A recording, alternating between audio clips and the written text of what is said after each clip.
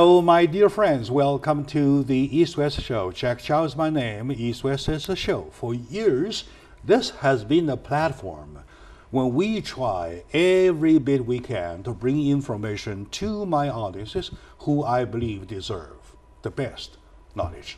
Right. Now we know, and the news has it already, that President Xi Jinping of China is visiting the United States probably on the 6th, I don't know. It has not been finalized yet, but we know it's got early April, whereby the two presidents of the biggest economies of the world are supposed to meet, right?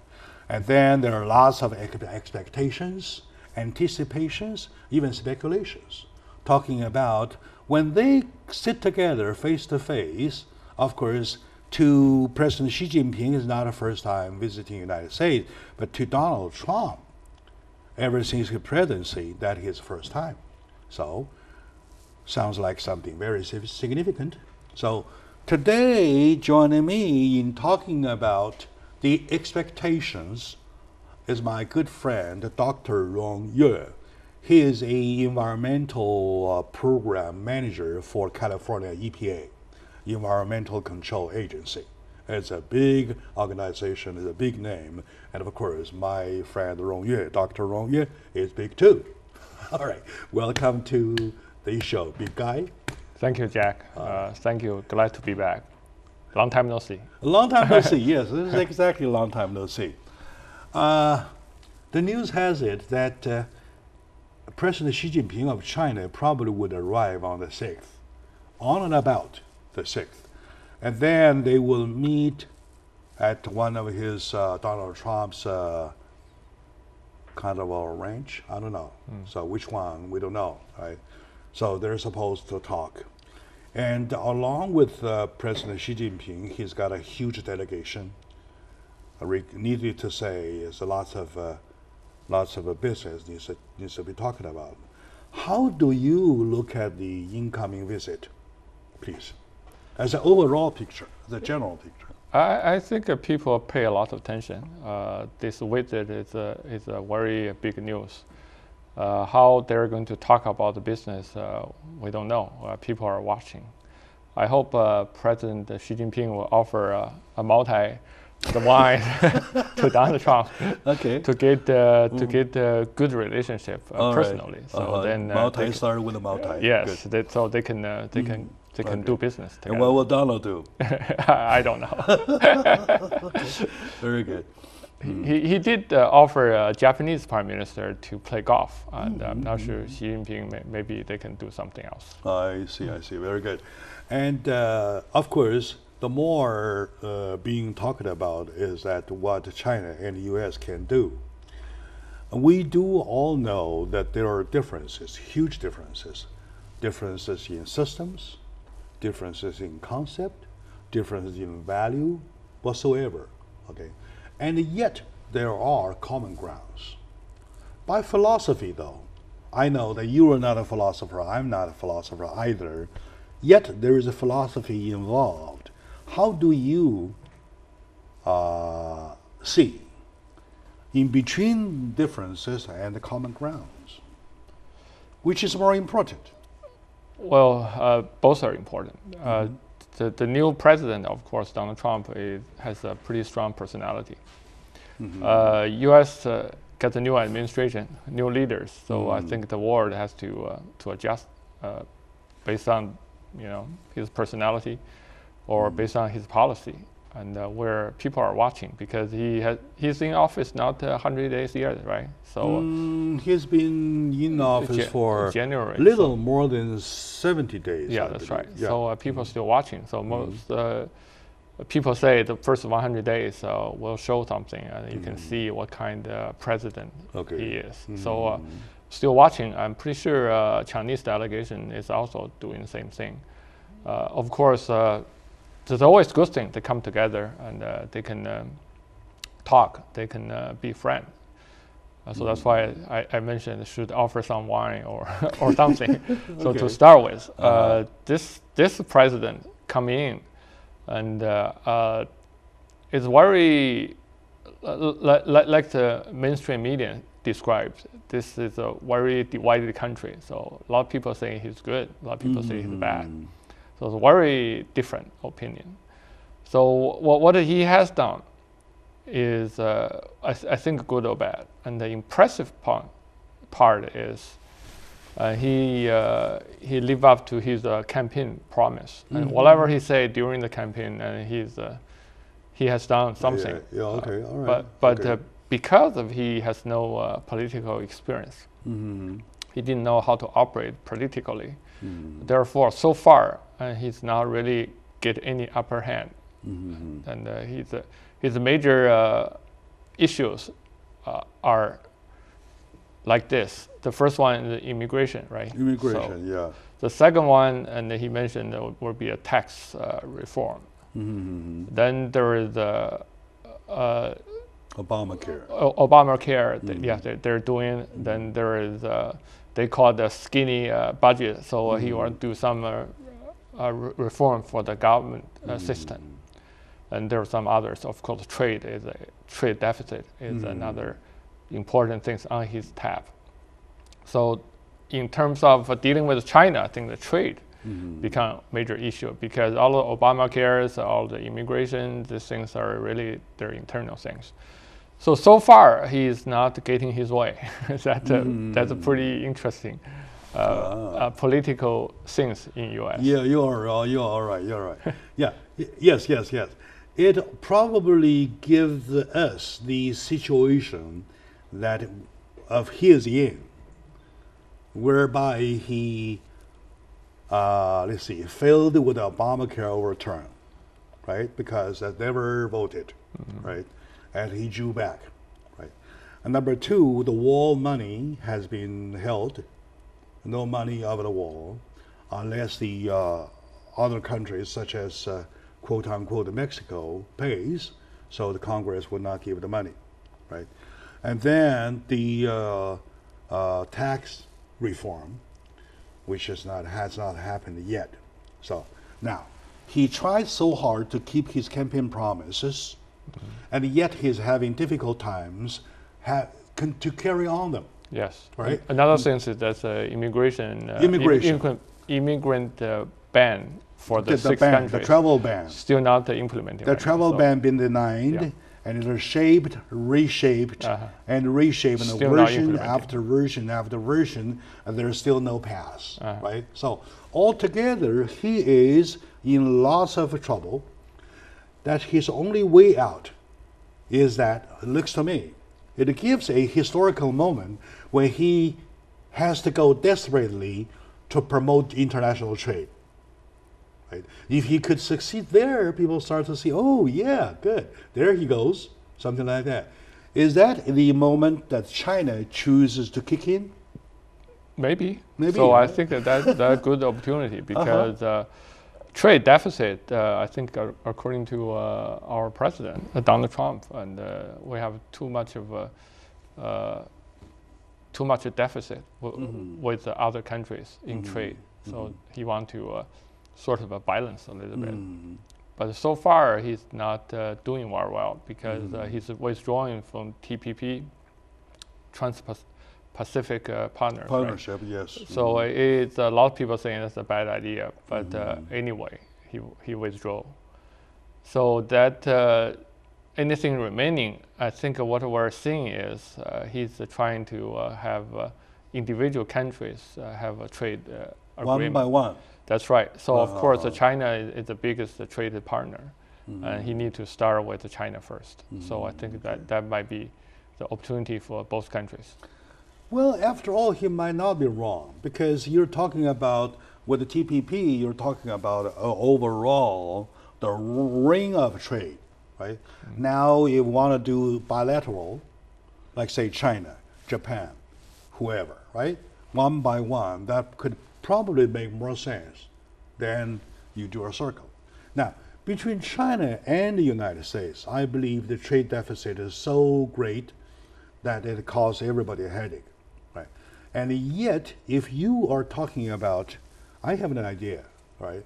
If you're talking about a pair of shoes or a pair of eyeglasses, okay, If if China exports 1 million pairs of eyeglasses to Walmart, and the U.S. would have to do like a zillion slippers or gloves to China to benefit, to balance it, right?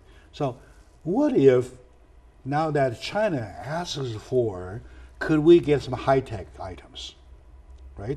Let's say this whole piece versus the $2 billion. And with 20, 30, 100 of them, that sets off the deficit. Is that an idea? Could that be an idea? I don't know. Up to them. Judged by the value. I think China has been doing that, and I think China is the biggest consumer for Boeing, and buying the airplane. That's a very big ticket item. But most of the things there is a blockage by the U.S. part, because a lot of things they believe can be used in the military purposes. So all of the things that will be not tradable. So I hope they're having talk and going through the details to release a little bit pressure on this trade embargo list. Exactly. And also it all depends on how you define it. I learned from a friend of mine, they used to hold on to the what they call a very small item. It's a bearing like this big. Use at the shelf of the helicopter, the propeller, like that. It has to be the super quality, whatever, super security, whatever, kind of a bearing. So they're on the ban list, right? There's a ban list on that. That is a military item. And later release it because it's the bearing anyway. It is only a bearing. It depends on how you use it. You can use it with a helicopter. You can use it with a car, with anything else. Right? So at the end of the day, you're talking about concept. You want to do a conceptual change, or call it a revolution, to redefine some of the items that will help balance the U.S.-China deficit. Yes. Could that be an idea? I think they got a chance. Why? Because the trading deficit is not really China's so-called core value, right? China core value is Taiwan, is South China Sea, is sovereignty. Yeah, their thing. So this one is not that. So that's why China may have a chance to compromise as well. So if U.S. will do the same. Very good. Compromise is a big word. The other day when I was doing an interview with my friend Drexel Smith and Ken Hemming, Smith emphasis on the word of respect, and Ken emphasis on the word of compromise. If you put these two words together, respect and compromise, or compromise with respect, something like that, that'll probably be the key to the question. Today, with my pleasure, my dear audiences, is my good friend, Dr. Rong Yue. He is an environmental specialist. Now he is the environmental program manager for California EPA, Environmental Administration. So we're sharing his thoughts on the U.S.-China cooperation whole area. And we're going to move one by one, see which are those areas, or which are those areas that can be a good playground for both countries without having to touch politics. All right, stay with us, please.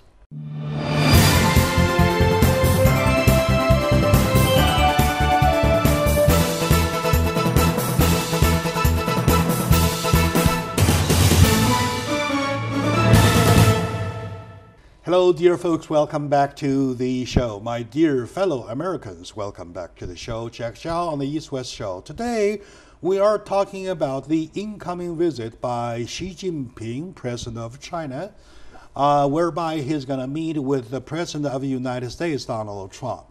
These two big guys are meeting each other there are signs of positivities, lots of positivities there. We believe, after discussion with my friend, we believe there are more common grounds than differences. Even though differences are important, there are more common grounds.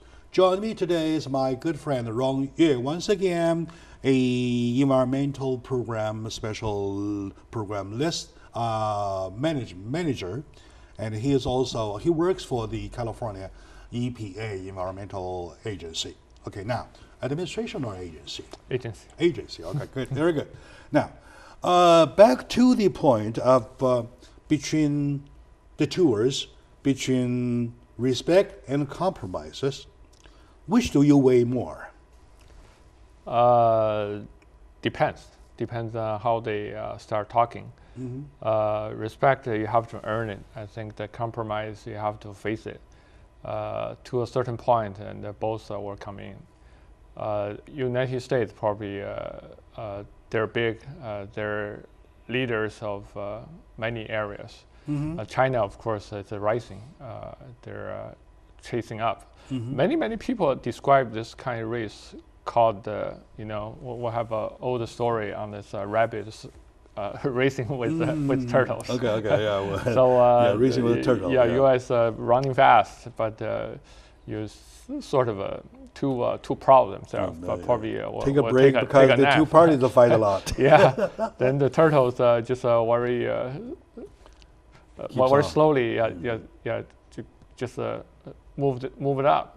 So this might be the pictures that we're describing. Mm-hmm. But regardless, I think both if they sit down and talk about it, and I think that if they're looking for a win-win situation, they probably have to do that both you just mentioned. Yeah. Respect each other, then the compromise. Yes, exactly. So in other words, probably we're talking about, if I understand you right, we're talking about 50-50 respect and compromise, right? I give a good example. Take the sovereignty, for example, territorial sovereignty, for example. Now, China, I know, even from my textbook, has never doubted U.S. power in any of the South Sea, such as Singapore, such as Philippines, such as Japan, right? Such as Korea. Right?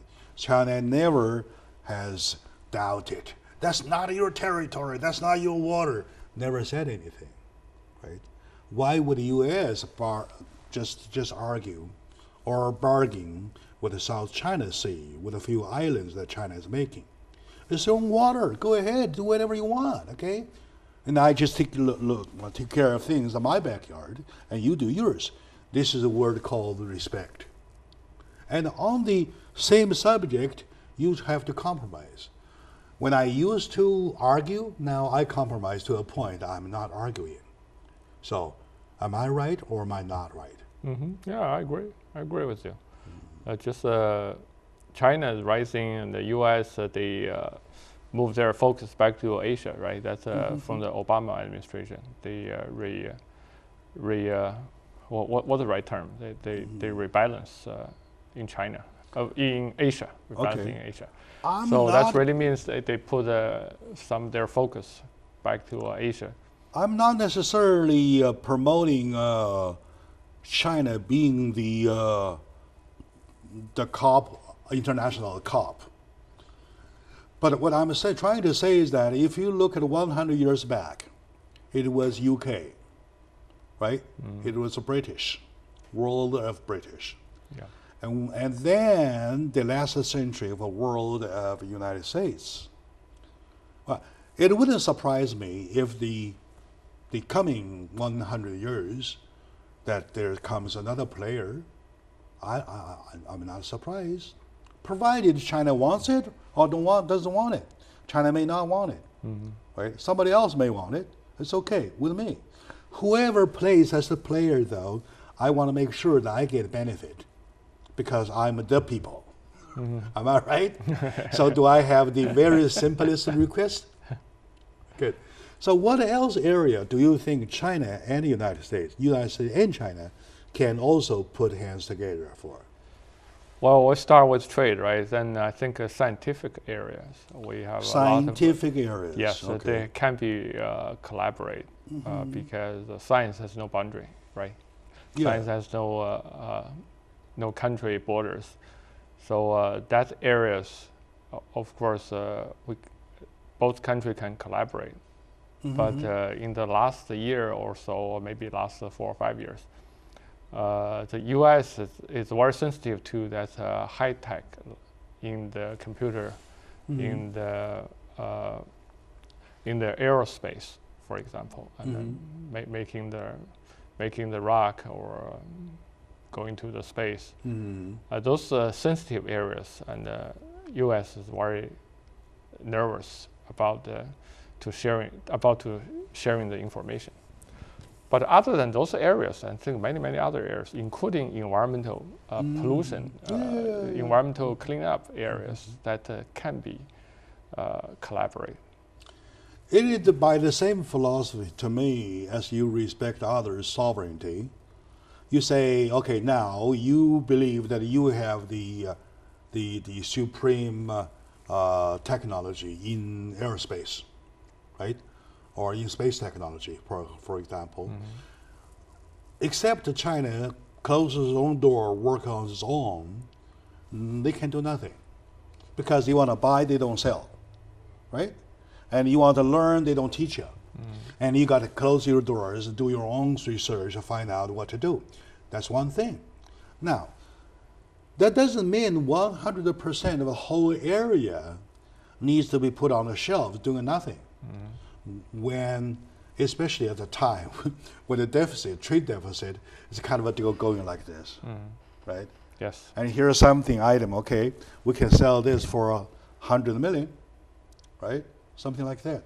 So those are the areas we can enlarge to let it include in the trade subject, right? For research and applications, what do you think that China and U.S., or U.S. and China can do in your area of expertise? Yeah, which is environmental protection. Yeah, exactly. So there is, I don't think there is a very high tech in these areas. This is pretty much management issues. How you're going to manage the pollution, and because the pollution always there because the industry, and you need to have an industry to produce, so we can keep our living standard. But how you can control, you can manage, and that's very simple. Actually, very simple thinking. So I don't see any high tech and in the sensitive area. Many technology using in environmental areas is very simple. So in this area, definitely two countries can collaborate. But very unfortunate, and this new administration taking different directions, particularly in the energy department.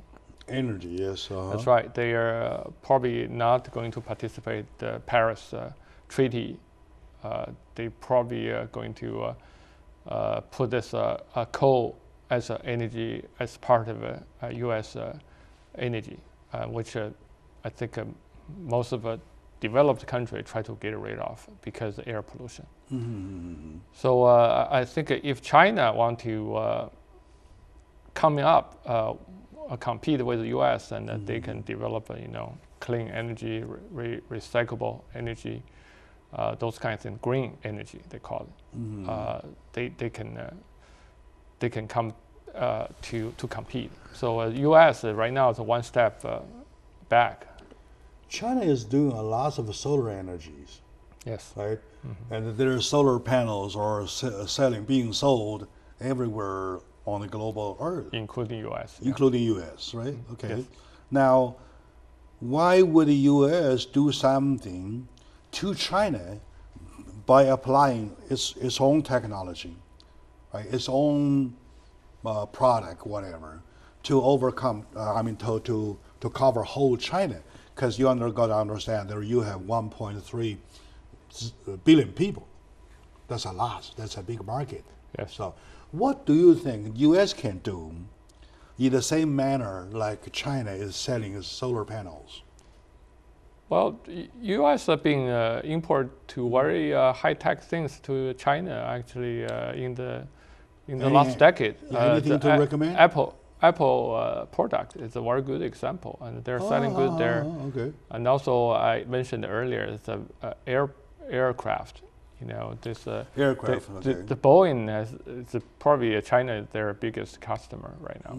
So there are many other goods in this kind of caliber, and they can sell lower. Even for Boeing, though, you're talking about the engine.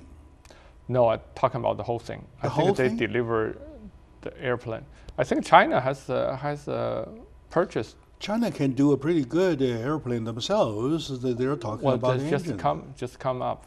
Just coming up. Not happened last 10 years. Not strong yet. Yes. So when we go back travel between China and the U.S., you see those Boeing 777 or 757. 787, 777. Yeah. So those are all purchased from Boeing. Oh yeah. Okay. Let's do more. Let's do more. Now China has the money. We have the thing that flies. Yes, many things like this. Yeah, I think they can explore.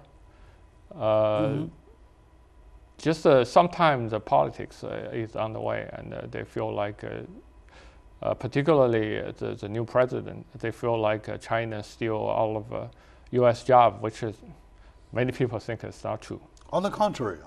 Yes.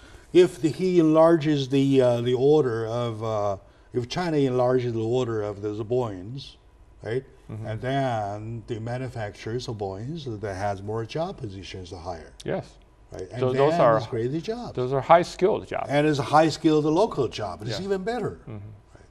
My dear audience, today with me, my good friend, Dr. Rong Yue, and he is the environmental specialist and now manager of environmental control special program for California EPA.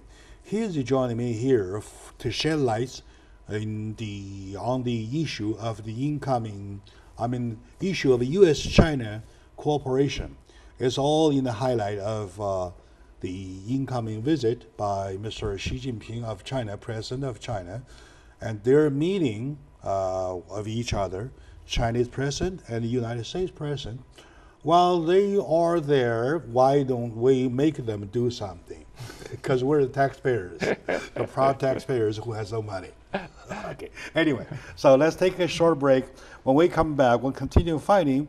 Still from the environmental area, I have a big headache, and I'm asking him if we can get the problem resolved by making China and the U.S. joining hands on the issue to tackle it. So stay with us, please.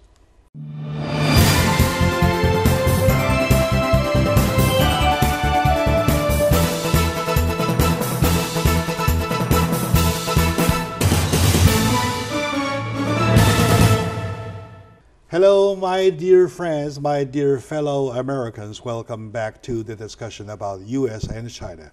We're really talking about big issues, right? Because in this world, there's nothing bigger than the issue of U.S.-China relationship. If they go hand in hand, you can be rest assured your next day is going to be peaceful. If they kind of like turn their back to each other, you are not sure what the next day is going to be, especially for us, Chinese Americans. I was born in China. I've been here for 33 years already. I still consider China my motherland. And in this case, United States, when I swore in, I took it as my fatherland, right? So, to me, right, the best thing on earth could be my father loves my mother, vice versa, like that kind of case. I never want to see they fight, right? And that is the disaster for me. You're going to ask me who am I going to help, him or her? So that's my disaster. I believe that you, as a Chinese American, share the same philosophy. Very rock bottom. Good analogy. Good analogy, right? And good philosophy, right? Okay, now, talking about, suppose if you and I would be the ones in the delegation, right, to recommend items that where U.S. and China could join hands. I have been thinking about the, the plastic island on the Pacific? Trash, right? Mm-hmm. And it's so huge, is probably to the size of Japan islands, right? So could U.S. and China, I mean, that is your area of expertise, can join hands, get that done? That will benefit humanity a lot. That's a good idea, because the environment need to be cleaned up, right? So those are trash coming from people. Don't know where it's coming from, but coming from people. They're the polluters. So I think if U.S. and China taking the responsibility for, on behalf of consumers or on behalf of people who threw something in the ocean, that would be a good thing. But however, it is costly. So with current administration, you probably don't have any resources doing those kind of things, because we can see from the new administration budget, they call the skinny budget, right? They almost cut everything. Very skinny. They're going to run out of money pretty soon, within 20 something days, April. Particularly, they cut the Environmental Protection Agency. But China has the money. Okay. China money, we're using China money and U.S. technology. Let's do something. And technically, to resolve those or dissolve those plastic bottles, is there very high tech? Not really. No, those things fill up our landfill very pretty much. But for the certain plastic material, we can recycle it. So that's why we have those recycled water bottle, and they all are recyclable. If you drive a vessel over there towards the island, you take a chunk, you smash it and produce it into, recycle it or dissolve it into something, and then chunk by chunk. There is always a day that you can take care of that whole thing. Let's say 50 years or 100 years. Eventually, you have to. Eventually, it's going to go. In the meantime, you educate people. You find ways to ban those plastic bottles, right? So both ways can get the job done. Well, it's not that simple. It's not really completely plastic. There are a lot of other junks, so you have to sort it to separate them. And you can burn them. Can you burn them? Yes, you can. You can burn it, right? But if you burn it, just you increase air pollution. No. You burn it. You try to collect the carbon. The trash. The trash. Yeah, there are a lot of styrofoams, I believe. Those things are, if you burn it, they cause some air pollution. I see. Is there another chemical can dissolve it? Styrofoam is very difficult. So that's why we, working in the environmental field, we discourage people use the styrofoam cup or the containers. The more you make it, the more you're polluting the earth. There could be a big problem because this administration does not even believe the climate warming. That's right. Right? That's right. Now you're pushing an issue that's more or less related to climate warming. It will not cause their first grade attention. Yes, most people believe this position is one step back to environmental course. This is not really a political issue. This is a really scientific issue, and then most of the scientific expert and scientists, they believe the global warming is real. So which really means that human activities caused the temperature increase. So then we have to deal with it. You either do something to reduce your carbon emission, or you have to have some plan to face seawater rising. So at this moment, this administration is not believing these things. Therefore, we may pay price later. All right. Okay, that's quite a warning because not only the global warming is there as a true fact that they believe, but there are the extreme mainstream media who does promotion the opposite ways. The year before last, we have a very, very cold winter in the east. Yeah. Right. This year too. Towards the Baltimore area, right, this year too. And then I heard over the radio, as one of the most extreme right-wing radio, they said, oh my God, no wonder they say the global is warming up. This is warming. This is way too warm. No, I think that conceptually it's incorrect. Global warming is right now it's called climate change. Global warming is not necessarily means always warm every day. So global warming caused what problem? Caused the summer is extremely hot, caused the winter extremely cold. So it's a could go both ways. Very uncharacteristic type of weather. So people started summarizing them as a climate change. All right. So yeah, I know Donald Trump once said the New York is so cold. Well, what is global warming? What is global warming, right? Okay. Yeah. All right. My dear audience, today with my good friend, Dr. Rong Yue, we're having a good time. We're discussing about those areas that U.S. and China can put our hands together and work something for our people. And we do know that there are differences here and there, but differences are differences. If you keep on talking about differences, there are differences the whole day. You put it aside, you just pick up those areas. Okay, probably there's something we can do together, and then when you do together, differences are getting smaller. And when you look back, like say 50 years later, well, where is the difference? There is no difference. Something could happen that way. So let's take a very short moment out. When we come back, we'll ask my friend, is there anything else or any area, other field, or other subject that the U.S. and China could join hands and do something better for their own people? Stay with us, please.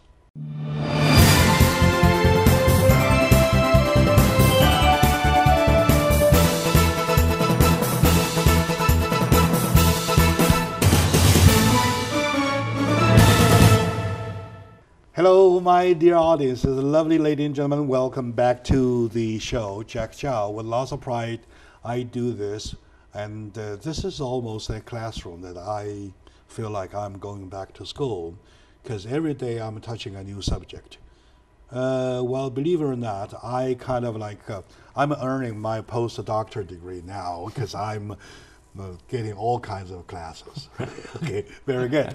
With my friend, Dr. Rong Yue, we're touching base with the very rock bottom subjects. What can U.S. and China do do together without having to touch politics, without having to bargain with differences? Okay, and let me ask you, how do you think about education? Can U.S. and China do something together in education? I do see lots of necessity there. Yes, absolutely. And I was educated, of course, in the elementary level in China. Then we come to U.S. for the higher education, which is a graduate school and a doctoral degree. And we see both ways. I think China education system is very emphasized on the fundamentals. They ask people memorize everything, which may not be right, but either way, I think that's a very solid foundation. And in the U.S., if you study, they really encourage you to be creative. So you start doing things very creative. If you combine both countries' educational background or educational philosophy, I think people will get benefit from both of it. Yeah, it is last week I got a chance to talk with a friend of mine, Mr. Lot Wei, of his educator. We're talking about education, and he says that at the lower part, medium part, and the higher part, the supreme part of education, though, there are, each country, each system has its own strong points. Okay. For example, at the very end, very low elementary level, between say elementary before 6th grade, right?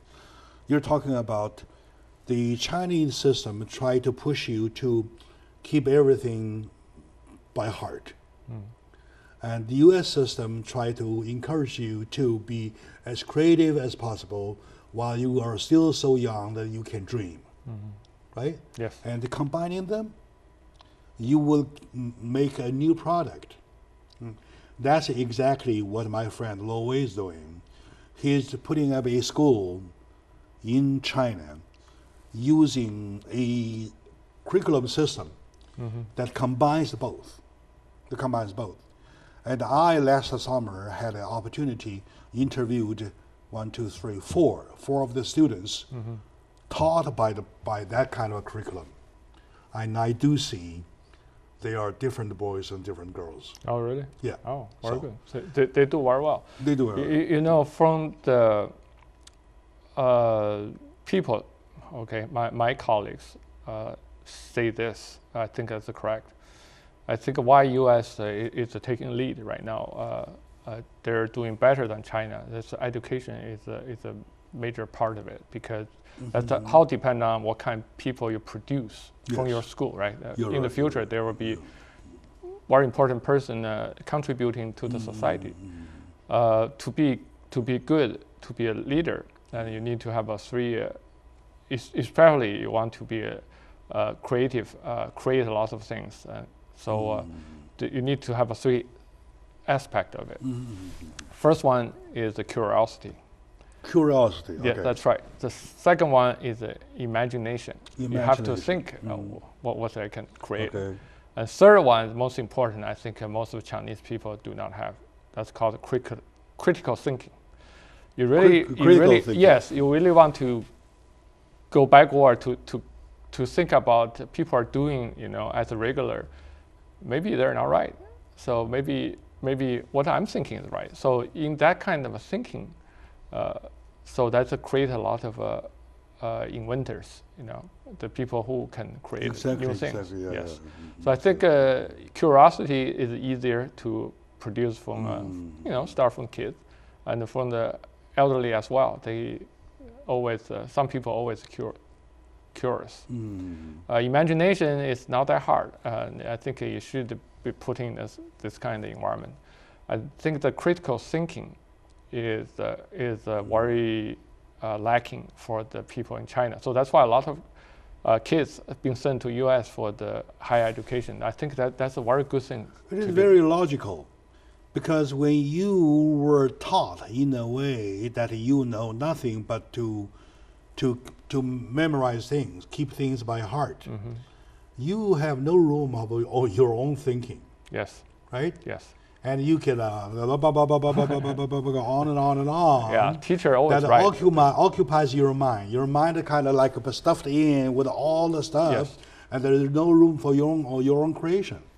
Teacher is always right, and teacher always respect over there. And here, the kids now thinking teacher always right. They're encouraged to challenge the teacher, which sometimes is very useful. Another thing is why Chinese people lack of what do I say? Lack of critical thinking, because the political system has something to do with it. So we promise not to talk about politics today, but political system is really sitting there, and you're not allowed to criticize the leaders. So it's not really it's not really minor thing. It's a really major thing actually. It is, because you're being brought up that way and always respect authority. Then your creativity will be compromised. And also, on the other hand, the idea or the concept that is taught using the Chinese system might still do good, might also do good otherwise, to give the philosophical thinking. Yes. Philosophical thinking. Yes. Right. For example, in the United States, a country where people love basketball so much, they are easy to understand. They are taught in a way that 100 over 99, the 100 is a winner, right?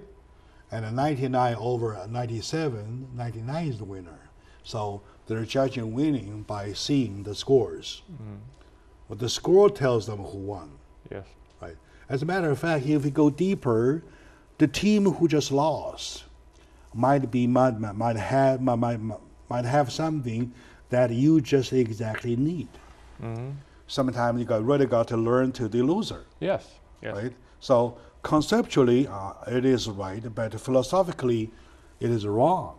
Always judging by numbers. Yes. Right. So Chinese way of thinking is not always judging by numbers, and they judge by the content. So if once again we're talking about combining. Yes. Right. Yes. If China and the U.S., I would say at the government level, if they push something like a system to create a new system, either in China or in the United States or in both countries, that doesn't cost a lot of money. Yes. That doesn't cost a lot of money. You have to change philosophically how the kids being brought up. Yes, yes. And I'd like to quote your word, to produce a bunch of new people, right, with the new thinking, creative thinking, imagination, curiosity, stuff like that. And then on this end, with the philosophical basement, I call it. Anyway, all right, we're over time already. My dear friends, with my friend Dr. Rong Yue, we're having really a good time. And thank you very much for watching. We thank Dr. Rong Yue for shedding lights on the issue. We wish that the meeting between Donald Trump, President of the United States, and Xi Jinping, President of China, be very fruitful, the most fruitful to the U.S.-China relationship, which will, end of the day, benefit us.